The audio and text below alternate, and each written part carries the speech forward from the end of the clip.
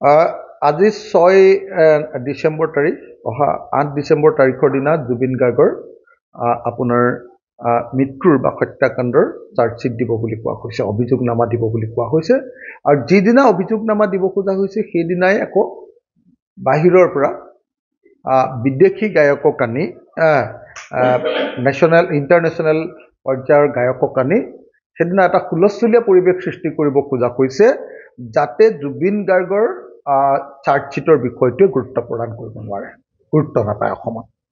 যাতে গুৰুত্ব নাপায় সেইটোক লৈ যাতে অসমৰ মানুহে পুনৰ মাত নামাতে, তাৰ কাৰণে কি কৰিছে 8 তাৰিখৰ দিনা যিদিনা চাৰ্জশ্বিট দিব সেইদিনাই এটা কি কৰিছে আপোনাৰ ৰেপ নে পপ নে এনেকুৱা কিবা এটা আপোনাৰ নে ৰক এটা তেওঁলোকে আৰম্ভ কৰি দিব খুজিছে।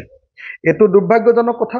আচলতে অসমৰ মুখ্যমন্ত্ৰীয়ে জুবিন গাৰ্গক যে ভাল নাপায় আৰু অসম চৰকাৰখন বা বিজেপি চৰকাৰে যে জুবিন গাৰ্গৰ প্ৰত্যেকটো কথা লুকুৱাব খোজে, অসম চৰকাৰে যে প্ৰত্যেক দিনাই জুবিন গাৰ্গক যে সঁচাকৈ মিনিমাইজ কৰিব খোজে, গুৰুত্বহীন কৰিব খোজে আৰু জুবিন গাৰ্গৰ মৃত্যুৰ বা হত্যাৰ ঘটনাবিলাকক যাতে ন্যায় দিব নোখোজে, এই যে ন্যায় দিব নোখোজে, এই ন্যায় দিব নোখোজাৰ আকৌ এটা আমি প্ৰমাণ পালোঁ যে যিদিনাই অভিযোগনামা দাখিল হ'ব সেইদিনাই আকৌ কি কৰিছে বাহিৰৰ পৰা গায়কক আনি ইয়াতে মানে সংগীতানুষ্ঠান আৰম্ভ কৰিছে। গতিকে মই ভাবোঁ যে সেইদিনা সংগীতানুষ্ঠান বন্ধ কৰিব লাগে আৰু জুবিন গাৰ্গৰ ন্যায়ৰ প্ৰশ্নটোক অসমৰ মানুহক আলোচনা কৰিবলৈ দিব লাগে। দ্বিতীয় বস্তুটো হ'ল মই আগতেই বাৰম্বাৰ কৈ আছোঁ যে জুবিন গাৰ্গৰ ন্যায় সঁচাকৈ যদি পাব লাগে তেতিয়াহ'লে প্লেচ অফ অকাৰেঞ্চ বা য'ত ঘটনা ঘটিছে সেই ঠাইত তদন্ত হ'ব লাগে। কিন্তু এতিয়ালৈকে জুবিন গাৰ্গৰ তদন্ত কৰি থকা IO ইনভেষ্টিগেটিং অফিচাৰ বা CIO চিফ ইনভেষ্টিগেটিং অফিচাৰে এতিয়ালৈকে ছিংগাপুৰত গৈ তদন্ত আৰম্ভই কৰা নাই, একবাৰৰ কাৰণেও যোৱা নাই, একবাৰৰ কাৰণে এটা খোজো দিয়া নাই। গতিকে এই তদন্তত ক'ত শাস্তি দিব পাৰিব মানুহ? গতিকে এই তদন্ত এটা ভুৱা তদন্ত।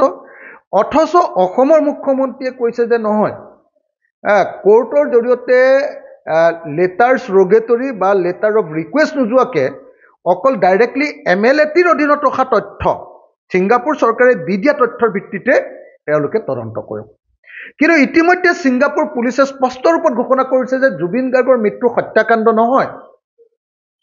ছিংগাপুৰ পুলিচে অতি স্পষ্টভাৱে ঘোষণা কৰিছে প্ৰিলিমিনাৰী ৰিপৰ্টত যে জুবিন গাৰ্গৰ মৃত্যুত কোনো ইৰেগুলাৰিটি নাই।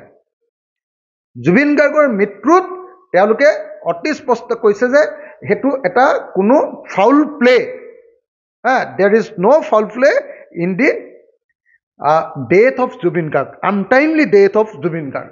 এইটো স্পষ্টকৈ ছিংগাপুৰ পুলিচে কৈ দিছে। গতিকে ছিংগাপুৰ পুলিচৰ তথ্যৰ ভিত্তিত কেনেকৈ এতিয়া হত্যাকাৰী বুলি প্ৰমাণ কৰিব আৰু হত্যাকাৰী বুলি প্ৰমাণ কৰি হত্যাকাৰীবিলাকক কেনেকৈ ফাঁচি দিব? গতিকে এই যিটো আপোনাৰ চাৰ্জশ্বিট দিব খুজিছে, এই অভিযোগনামা দিব খুজিছে, এইটো এটা ভুৱা অভিযোগনামা। ইয়াৰ জৰিয়তে কেতিয়াও জুবিন গাৰ্গৰ মৃত্যু বৰণ কৰিবলগীয়া পৰিস্থিতিৰ সৃষ্টি কৰা মানুহবিলাক বা হত্যাকাণ্ড কৰা মানুহবিলাকে কেতিয়াও ফাঁচি বা মানে আপোনাৰ শাস্তি নাপায়। মাত্ৰ 2026 চনৰ নিৰ্বাচনলৈকে বিষয়টো পুচুৱাবৰ কাৰণেহে অসমৰ মুখ্যমন্ত্ৰীয়ে এইটোক এটা ৰাজনৈতিক হাতিয়াৰ হিচাপে ব্যৱহাৰ কৰা দেখা গৈছে।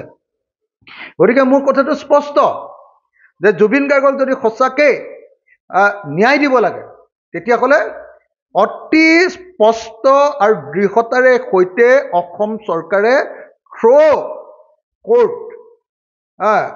কোৰ্ট তেওঁলোকে আপোনাৰ তথ্যসমূহ ছিংগাপুৰ কোৰ্ট বা ছিংগাপুৰ কৰ্তৃপক্ষৰ পৰা আনিব লাগিব আৰু থ্ৰ' কোৰ্টৰ জৰিয়তে আনিলেই নহ'ব, লগতে তদন্ত কৰিবৰ কাৰণে আমাৰ IO বা CIO ছিংগাপুৰলৈ গৈ তদন্ত কৰাৰ ব্যৱস্থা কৰিব লাগিব।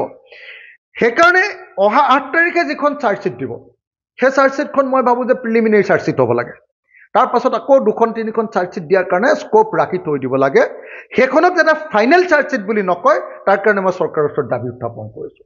নহ'লে কিন্তু জুবিন গাৰ্গে একেবাৰে মুঠতে কোনো পধ্যে জুবিন গাৰ্গে ন্যায় পাব নোৱাৰে। জুবিন গাৰ্গৰ মৃত্যু বা হত্যাকাণ্ডক লুকুৱাবৰ কাৰণে অসমৰ মুখ্যমন্ত্ৰীয়ে এইবিলাক নাটক কৰি আছে।